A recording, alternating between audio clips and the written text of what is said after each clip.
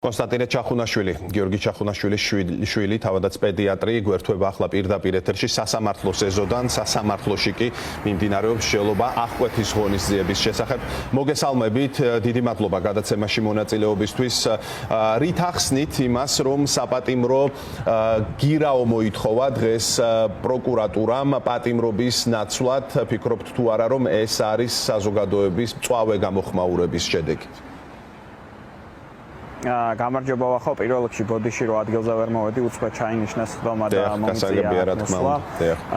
ჩემს ახლობლებთან ერთად, რაც შეეხება აღკვეთის ღონისძიებას, ეხლა ჩვენ გვინახავს სიტუაციები, როდესაც შესულა პროკურატურა სამწუხაროდ სასამართლოს სხვა გადაწყვეტილება მიუღია, ამიტომ დაველოდოთ სასამართლოს დამთავრებას, რაც შეეხება, ასე ვთქვათ, ამ ნაბიჯს, სავარაუდოდ ეს არის განპირობებული იქით, რომ უპრეცედენტო სოლიდარობა გამოავლინა მოსახლეობამ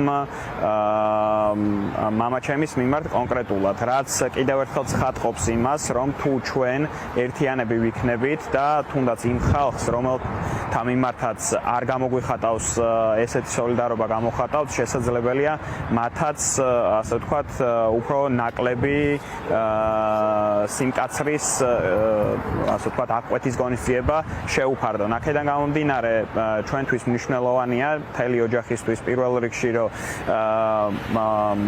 მამაჩემი მარტო არ იყოს ფოკუსი იყოს ყველა ადამიანი, რომელიც არის რეჟიმის პატიმარი. რა თქმა უნდა, სუბიექტური ვარ და მამაჩემის გამოშვება ძალიან გამიხარდება, თუმცა ობიექტურად თუ შევხედავთ რეალობას, ძალიან ბევრი გვიკლია სიხარულამდე, იმ ჭეშმარიტ სიხარულამდე, რასაც ნიშნავს სამართალი ამ ქვეყანაში. ხო და სამართალიანობა ამ ქვეყანაში აღდგება მაშინ, როდესაც თითოეული რეჟიმის ტყვა იქნება გარეთ, მამაჩემთან ერთად და ეს ქვეყანა ისევ დაადგება დემოკრატიის გზას, რაშიც მე გულისხმობ იმას, რომ იქნება თავისუფალი სასამართლო, თავისუფალი არჩევნები, იქნება არ მიუკერძოებელი პოლიცია და მეტი ჩართულობა იქნება საზოგადოების პოლიტიკურ პროცესში ზოგადად.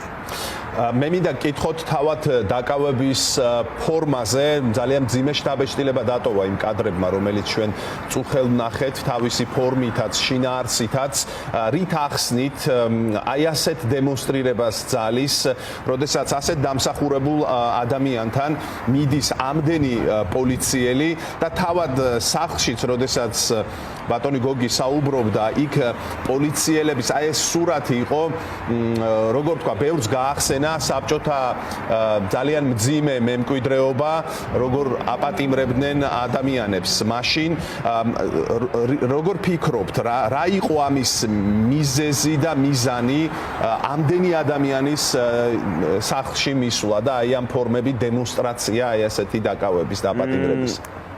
მე შედარებით გვიან მივედი, ის ბოლო 300 რაღაცა დღე არის, თითქმის ყოველდღე რუსთაველზე ვარ, მაგრამ ეგ იყო გამონაკლისი გუშინ, როდესაც მე არ ვიყავი რუსთაველზე და მომიწია ცოტა შორიდან მისვლა. ჩემი მეგობრებმა რაც გადმომცეს, სახლში როდესაც შევიდნენ, იქ ჩემი მეგობრებმა დამირეკეს, ვინც რუსთაველზე იყვნენ და ავიდნენ მამაჩემის სახლთან. და ამის მერე მოხდა უკვე ზედმეტი ძალების გადმოსროლა, ასე ვთქვათ. შესაბამისად, ესეც ვახო ალბათ უფრო დაკავშირებულია იმასთან, რომ სოლიდარობა, როდესაც დაინახეს მილიციის წევრებმა, მათ გადაწყვიტეს, რომ მეტი საპოლიციო ძალა ჭირდებოდათ და მეტი სიმკაცრე რომ გამოეჩინათ, იმიტომ რომ ეს ბოლო დღეებია, თუ დააკვირდებით, ხალხს იპარავენ ჩუმად და მერე ფსიქოლოგიურ ტერორში გვამყოფებენ, რომ დაიკარგა გჩ, კი არა დავაკავეთ გჩ, ასე შემდგომ და მერე მთელი საზოგადოება იზაფრება, ხო?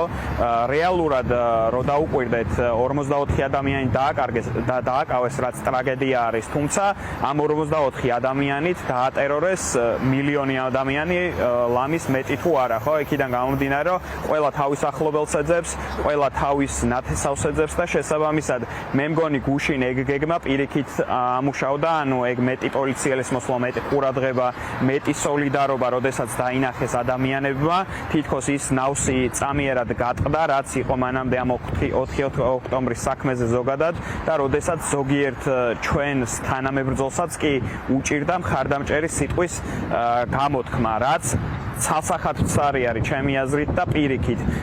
თუ ჩვენ ვამბობთ, რომ მიტაცებულია სასამართლო, თუ ჩვენ ვამბობთ, რომ პოლიცია არის მიკერძოებული, თუ ჩვენ ვამბობთ, რომ ხელისუფლების ყველა შტო საკანონმდებლოთი დაწყებული აღმასრულებით დამთავრებული არის მიტაცებული და არჩევნები არ გვაქვს, ამ შემთხვევაში ჩვენ ნებისმიერი ადამიანი, რომელიც პოლიტიკური ნიშნით იქნება დაკავებული, უნდა მიუდგეთ მეტი სოლიდარობით, გვერდში დაუდგეთ მათ, რაც საბოლოო ჯამში გაგვამარჯვებინებს, იმიტომ რომ აქეთ ამხარეს ჩვენ თუ სოლიდარობა დავკარგეთ, თქვენი ავაცახსენებელი, რაც ახსენეთ 30-იანი წლები გამეორდება, ხო? იყო იქ რამოდენიმე ცუდი სურათიც, როდესაც თუ სწორად მახსოვს ვიდეოც ჩამიგდეს ჩემო მეგობრებმა, რომ იქ ერთ-ერთი მეზობელი იღიმოდა და ასე შემდგომ, რაც ცალსახად ცუდი სანახავია, მაგრამ ეს ჩემი აზრით გადაწონა იმ ადამიანების სიმრავლე, ვინც იქ მხარდასაჭერად მოვიდა და თუნდაც გიორგი გიორგის ყვიროდა, როდესაც მამაჩემი მანქანით იქიდან გაყავდა, ხო? მე მინდა გკითხოთ ზოგადად აი ამ რეპრესიების შესახებ, რომელიც ახლა მიმდინარეობს, როგორ უნდა დაუპირისპირდეს ამას საზოგადოება, აი ამ მოცემულობაში, როდესაც ერთდროულად ჩართულია ძალადობრივი ქმედებები დაკავებების სახით და აღვირახსნილი პროპაგანდა რეჟიმის მხრიდან, რომ მოქალაქეები როგორღაც დათრგუნონ აი ამ ორი საშუალებით ერთდროულად. პირველ რიგში ჩვენ რაც გვევალება არის, რომ ინტერნეტ სივრცეს გავცდეთ და რეალურად დაველაპარაკოთ ჩვენს ირგვლივ ადამიანებს. ეს ეხება როგორც მოქალაქეებს, ასევე აქტივისტებს, პოლიტიკოსებს, იმიტომ რომ ინტერნეტ სივრცეში იმდენი ფული აქვს ჩასხმული და იმდენ ფულს ხარჯავენ თუნდაც ბუსტებში, ტროლებში, ბოტებში და ასე შემდგომ, რომ ინტერნეტ სივრცეში ჩანამ ბევრნი. თუმცა ქუჩაშიც და თუნდაც თავისივე მიერ გაყალბებულ არჩევნებშიც რა ციფრებიც დაწერეს, კარგად ანახებს, რომ ჩვენ ვართ უმრავლესობა. უბრალოდ ჩვენ უნდა ვირწმუნოთ, რომ ჩვენ ვართ უმრავლესობა, ერთმანეთს დაუდგეთ გვერდით და ერთიანი სტრატეგიით შევთანხმდეთ. კონკრეტულად ჩემი აზრით ყველაზე მნიშვნელოვანია, რომ ჩვენი ფლანგი ეხა ორგანიზდეს, დაისახოს მიზანი, კონკრეტულად რას ვაკეთებთ და ამ მიზანს ვემსახუროთ. არ არის აუცილებელი რომ რაღაც ერთი დოქტრინა გქონდეს ყველას, მაგრამ ფართო ქოლგა უნდა შევიმუშაოთ ერთიანი, რომელიც იქნება იმის საფუძველი, რომ საზოგადოება გაერთიანდება კონკრეტული მიზნის ირგვლივ, არ იქნება ცენტრალიზებული, იმიტომ რომ ცენტრალიზებული ყოველთვის გამოიწვევს იმას, რომ ლიდერებს დაიჭერენ და ძალიან მარტივი, ასე ვთქვათ, ხაფანგი იქნება ჩვენთვის, ხო? შემდგომში. ეხლა უნდა გავითვალისწინოთ ეს, იმიტომ რომ მაგალითად 5-ვე ორგანიზატორი 4 ოქტომბრის აქციის იმღამესვე დააკავეს, ხო? აქედან გამომდინარე დეცენტრალიზება და ფართო ქოლგის მიერ კონსენსუსის მიღწევა. ეს არ იქნება მარტივი, იმიტომ რომ არიან პოლიტიკური იდეოლოგიით სავსე ადამიანები, მემარცხენეები, ცენტრისტები, ზოგს იმ ადამიანთან არ უნდა დაჯდომა, ზოგს ამ ადამიანთან არ უნდა დაჯდომა, მაგრამ ამას უნდა გადავაბიჯოთ რაღაცნაირად. არ არის აუცილებელი, რომ ერთად ავიზილოთ ყველა, თუმცა საერთო მიზანი უნდა დავისახოთ, ჩემი აზრით. საერთო მიზანი კი უნდა იყოს ის, რომ ჩვენ უფრო აქტიურები გავხდეთ. როდესაც 100,000 კაცი გამოდის ქუჩაში, ჩვენ უნდა მივაღწიოთ იმას, რომ ამ 100,000-დან მინიმუმ 5,000 იყოს აქტიური აქციის მიღმა. აქციის მიღმა მე ვგულისხმობ არაძალადობრივ უსაფრთხო აქტივისტს, ეგრეთ წოდებულ ჭყალებში, საქართველოში უსაფრთხო სავარაუდოდ აღარაფერი აღარ არის, მაგრამ უსაფრთხო აქტივისტში გულისხმობ ირგვლივ, რომ ირგვლივ მეზობელს ელაპარაკოს, დედას ელაპარაკოს, მამას ელაპარაკოს, ბაბუას, თანამშრომელს, ასე შემდგომ და ამ პროპაგანდას ის ადამიანი შეეჯახოს ცხვირში, იმიტომ რომ როდესაც ადამიანი შედის თუნდაც იგივე თქვენი ტელევიზიის კომენტარებში და ტროლებით და ბოტებით არის სავსე, გონია რომ ეგ ადამიანები რეალური არიან, ძალაუნებურად. აქედან გამომდინარე, როდესაც ის ადამიანი გადმოვა რეალობაში და რეალურად ნახავს, რომ ჩვენ მხარეს უფრო მეტი ადამიანი არის, ეს კიდევ უფრო მეტ ადამიანს შეაგულიანებს და ჩემი აზრით, თუ ჩვენ მივაღწევთ იმას, მაგალითად დავისახავთ ხვალიდან სიტყვაზე მიზანს, რომ ორ თვეში გვყავდეს ჩვენ 5,000 აქტიური ადამიანი აქციის მიღმა, ეს იქნება არა მარტო სოციალურ ქსელში, არამედ თავის ირგვლივ, თავის წრეში გაავრცელებს სიმართლეს. ჩემი აზრით, ჩვენ გარდაულად მივაღწევთ იმ მიზანს, რაც ნიშნავს ქვეყნის დემოკრატიზაციას. და ბოლო შეკითხვას დაგისვამთ ჩვენი საუბრის მიწურულს. მე ვახსენე ჩემს შესავალ სიტყვაში, რომ მწვავე გამოხმაურება მოყვა ბატონი გოგის დაპატიმრებას საზოგადოებაში, საზოგადოების ყველა სფეროდან, მაგრამ აი ახლა კონკრეტულად მინდა გკითხოთ სამედიცინო სფეროზე. რამდენად საკმარისი იყო თქვენი შეფასებით და თქვენც ამ სფეროს ემსახურებით თქვენი კოლეგების მხრიდან გამოხმაურება?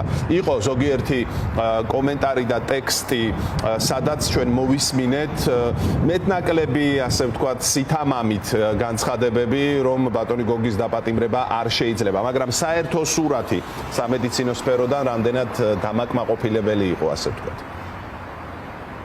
მოდი ესე ვიტყვი, რომ რა თქმა უნდა ამ რეაქცია იქონია, რაღაც გავლენა იქონია და შესაბამისად ეს არის კიდევ ერთი საფუძველი, რასაც მე ვამბობ უკვე გიორგი ახობაძის დაკავების შემდგომ, რომ სამედიცინო საზოგადოებას ხმა მიუწვდება თითქმის ყველა ფენასთან, თითქმის ეგეთი წვდომა, ანუ Facebook-ზე რო არის ეგრეთ წოდებული რიჩი, რეალურ ცხოვრებაში არც ერთ ადამიანს შეიძლება არ კონდეს, იმიტომ რომ რეალურად ხვდება ძალიან ბევრ ადამიანს, მეც, სხვა ექიმებიც და შესაბამისად ჩვენ შეგვიძლია რომ ამ ადამიანებამდე რაღაც კონკრეტული გზავნილი მივიტანოთ. ხო, თუნდაც ჩემი აზრით ეხა მარტო ამ საკითხზე არ უნდა გაჩერდეს ეს პროცესი და ის ადამიანები, რომლებიც აქამდე თუნდაც ჩუმად იყვნენ, მაგრამ დღეს რაღაც კონკრეტულ საკითხზე, ამ შემთხვევაში მამაჩემის საკითხზე გამოხატეს თავისი პოზიცია, ჩემთვის ძალიან სასიამოვნო იქნება, რომ ეს გაგრძელდეს ამის მიღმაც და შესაბამისად ჩვენ უკვე ვიზრუნოთ არა კონკრეტული ერთი ინდივიდის გათავისუფლებაზე, არამედ ქვეყნის გათავისუფლებაზე იმ მარწუხებიდან, რასაც რუსული ოცნების მარწუხები ქვია. აქედან გამომდინარე, ასევე რა თქმა უნდა, სუბიექტურიც ვიქნები, იმიტომ რომ მადლობა ეკუთვნის თითოეულ ადამიანს, რომელმაც კაფიოდ დააფიქსირა პოზიცია, არ შეუშინდა თუნდაც იმ დღეს არსებულ სიტუაციას და რა ვიცი, ეს მე მგონი ნებისმიერ ვარიანტში სუბიექტურად ყოველ შემთხვევაში ესე ვფიქრობ და დასაფასებელია, თუმცა მე ექიმებისგან მეც მოველი მაინც, იმიტომ რომ ჩემი პროფესიაა და ამიტომ გავყადნიერდები, ხო და ვისურვებდი, რომ მე და ჩემი რამოდენიმე მეგობარი და ჩემი სტუდენტები, რომლებიც უკვე ექიმებად ჩამოყალიბდნენ, როგორი აქტიურებიც არიან, ჩემზე უფრო მაღალი ასაკის ექიმებიც ასევე გააქტიურდნენ. გმადლობთ პირდაპირ ჩართვისთვის, განსაკუთრებით აი ასეთ დროს, როდესაც სასამართლოში აღკვეთის ღონისძიებაზე მიდის მსჯელობა. კონსტანტინე ჩახუნაშვილი, გიორგი ჩახუნაშვილის შვილი, პედიატრი იყო ჩვენი გადაცემის სტუმარი.